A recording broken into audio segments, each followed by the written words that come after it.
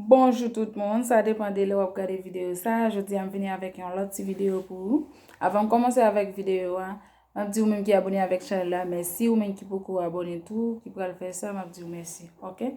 Qui peut le partager, qui peut le like, qui peut le liker en commentaire, je dis merci en pile. D'accord? Ok.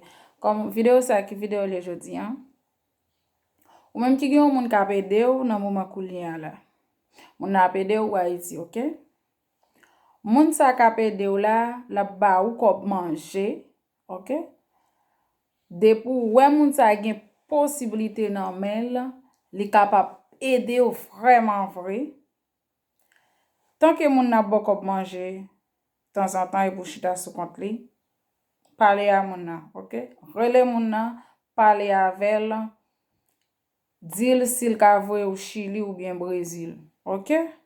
Sil ka vwe ou nan peyi sa yo, d'accord? Lèl fin vwe ou Chili ou bien Brésil, lap miye pou, lap miye pou, e lap pi bon pou ou tou, d'accord? Pou ki sa?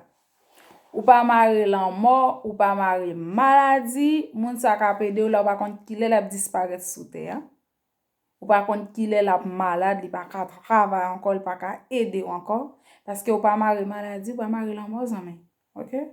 Moun sa li la pou l'ede ou vreman vwe. E ou pa kont ki lè moun sa di li sentil pa kapab ave ankon, sentil pa kapab ede ou, paske ou konen, ken poti bagay ka fe moun nan fache.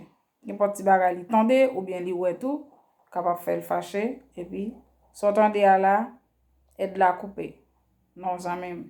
Padan ou jwen ed la, profite l. Profite ed la bebe, pa kite ed la ale, di moun nan pou l vwe ou pati. D'akor? Mem le moun nan pa ka vwe ou Etazini. Men, depi ou Chili ou Brésil ou pi pre Etazini, ke lo Haiti. Pase kon nou ap travay ou sou kontet ou ka fe sa ou vle. Ok? Le wap travay, le se ou kap deside, sa son lot bagay. Pa rete sou kont moun nan chéri. Non. Ok?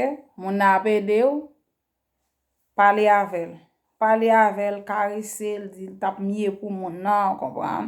Di tap miye pou li, finou yo, nou kon koman a pale sou moun nan.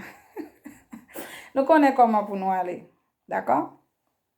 La pi bon pou, la bon apel. D'akor zami? Paske, ou pa mare maladi, jowem di ou la, ou pa mare lan mor, la miye pou leke ou fe moun sa fin fe ou pati, la miye pou konye apwa sou kont tetou, ok? Ou pa sou kont moun nan.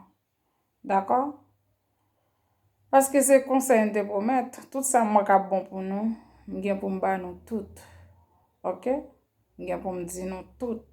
D'akor? Tout sa k nan may mwen, tout sa mpanse mwen men mwen ka bon nan la vi, se li men map pa nou tou.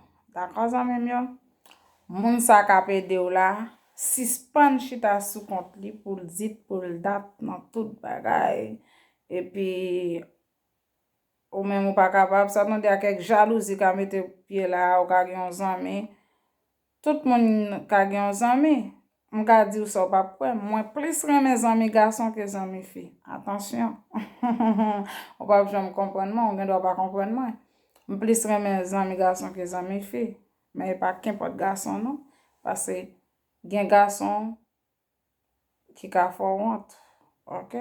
Pase lò gen mari ou pa zanmi avèk ken pot gason ki frekant, ki aoukan, ki ka di ou ken pot bagay, ki derespektan. Non, se pa sa.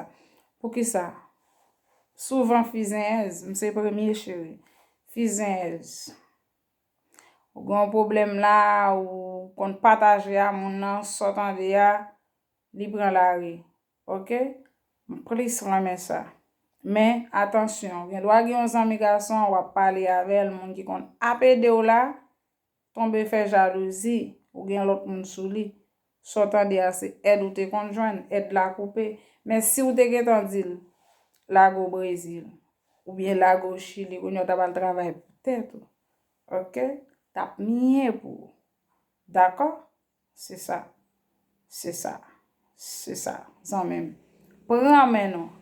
Ramase piye nou, epi panse ki sa ka bon pou, paske chon em djou la, pa mare lan mou, pa mare maladi. Si moun sa pipi tombe, ou nan kouri, Ou nan kouri, c'est ça l'autre gen. Ou gen doit dire oui, s'il mouri m'a joindre l'autre, li pas facile. Pas facile, du tout, du tout, du tout, du tout, du tout. Gen doit se chance ça, ou te gen avec moun ça, mais elle tombe ou tout tombe tout. Non chéri, attention.